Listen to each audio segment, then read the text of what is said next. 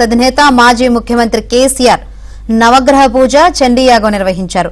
ఎర్రవెల్లిలోని తన వ్యవసాయ క్షేత్రంలో ఆయన ఈ పూజలు నిర్వహించారు. ఉదయం 4 గంటలకు మొదలైన ఈ పూజల్లో కేసీఆర్ దంపతులతో పాటు ఎమ్మెల్సీ కవిత, ఆమె భర్త అనిల్ తో పాటు సిద్దిపేట ఎమ్మెల్యే హరీష్ రావు, జీవన్ రెడ్డి, సేరి సుభాష్ రెడ్డిలు హాజరయ్యారు. వీరితో పాటు కేసీఆర్ కుటుంబ సభ్యులతో పాటు ఇక బీఆర్ఎస్ నాయకులు కూడా పాల్గొన్నారు. ఉదయం మొదలైన యాగం మధ్యాహ్నం 3 గంటలకు పూర్తయింది. మొత్తం 21 మంది పురోహితులు ఈ యాగాన్ని నిర్వహించారు.